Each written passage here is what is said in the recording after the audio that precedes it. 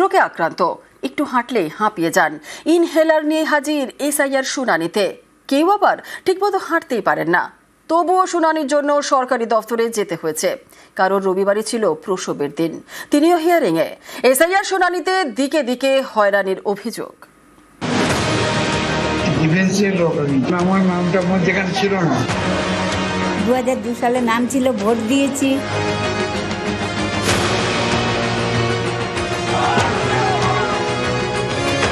কি মানুষকে হেনস্থা করা আর কি।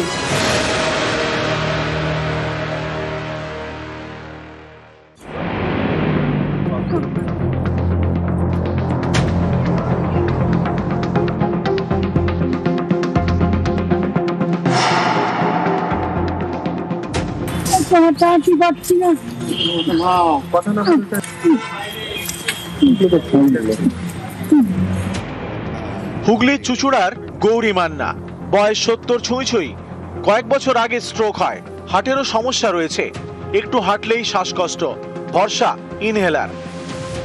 এই অবস্থাতেও তাকে যেতে হয়েছে এসআইআর শুনানিতে।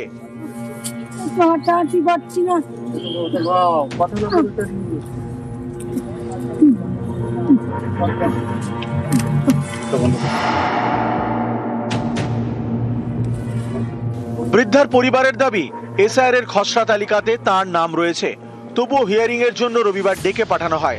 যেতে হয় তার বাড়ি থেকে প্রায় 5 কিলোমিটার দূরে অতিরিক্ত জেলা শাসকের দপ্তর।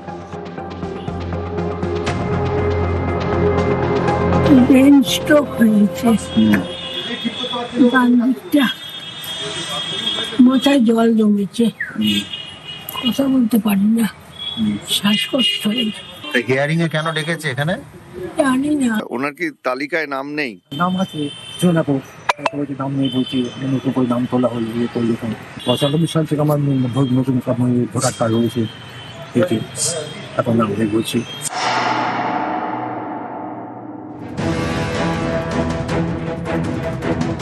চুচুড়ার অশীতিপর সুসেন কুমার রায়চৌধুরী 2002 সালে ভোটার তালিকায় নাম না থাকায় তাকে এসআইআর শুনানিতে ডাকা হয়েছে। বৃদ্ধের দাবি, তার কোমর ভাঙা, হাঁটতে সমস্যা, তা সত্ত্বেও যেতে হয়েছে অতিরিক্ত জেলা শাসকের দপ্তরে এসআইআর শুনানিতে। তো আমি সরকারি অফিসার। তা এখানে 2002-এ কি নাম ছিল? নাম নাই তো দেখছি, এখন এই বয়সে আসা তো খুবই মুশকিল। সনকা দাস আগে থাকতেন পূর্ব মেদিনীপুরের তমলুকে, এখন থাকেন পাঁশকুড়ার খিরায়ে। ঠিকমতো হাঁটতে পারেন না। তার দাবি, 2002 সালের ভোটার তালিকায় নামে ভুল রয়েছে, তাই এসআইআর শুনানিতে আসতে হয়েছে প্রায় 1.5 ঘন্টা দূরে তমলুকের এক পঞ্চায়েত অফিসে। আমাকে দেখেছে এই কাগজগুলো জমা দিচ্ছে।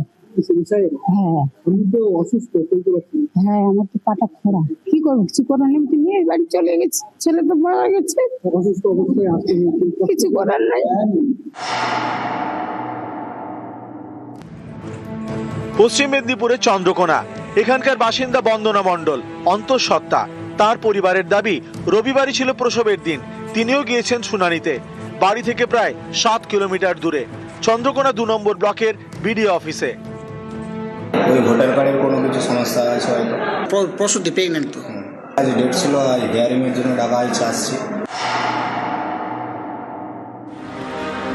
পার্ক সার্কাসের বাসিন্দা মুস্তারিন বেগম, বয়স প্রায় 80, ঠিকমতো হাঁটতে পারেন না।